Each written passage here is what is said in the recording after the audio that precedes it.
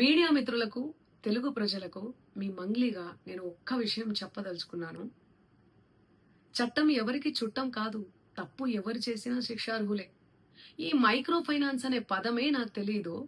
అలాంటిది నేను ఇంత పెద్ద కుట్ర చేశాను అనే అభియోగాలు నాపై రావడం నన్ను చాలా దిగ్భ్రాంతికి గురి చేసింది. నన్ను ఆదరిస్తున్న తెలుగు కుటుంబ సభ్యులకు మళ్ళీ చెప్తున్నా, మీ మంగ్లీ ఎలాంటి తప్పు చేయలేదు. ఈ కేసుకు నాకు ఎలాంటి సంబంధమూ లేదు. అబద్ధాన్ని అబద్ధమని చెప్పి ఇంత గొంతు చింపుకొని చెప్తున్నా కూడా నాపై బురద చల్లడము ఆగడమే లేదు. అందుకే ప్రతి చేతిలో ఉన్న మొబైల్కు, రిమోట్కు నా మొర చెప్పుకుంటున్నాను.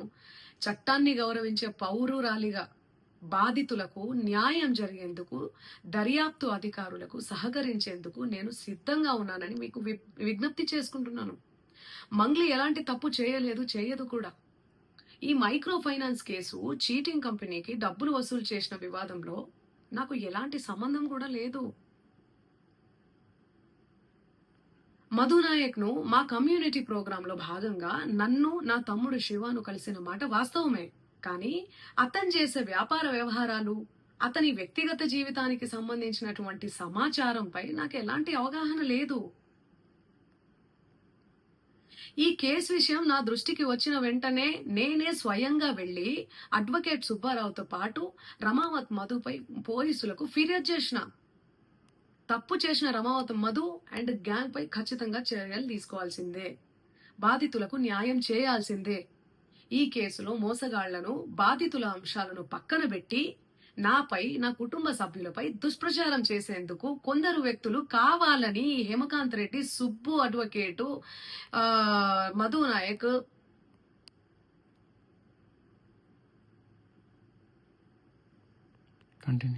మత్తల కానీ కొందరు కెదతో వేగో కానీ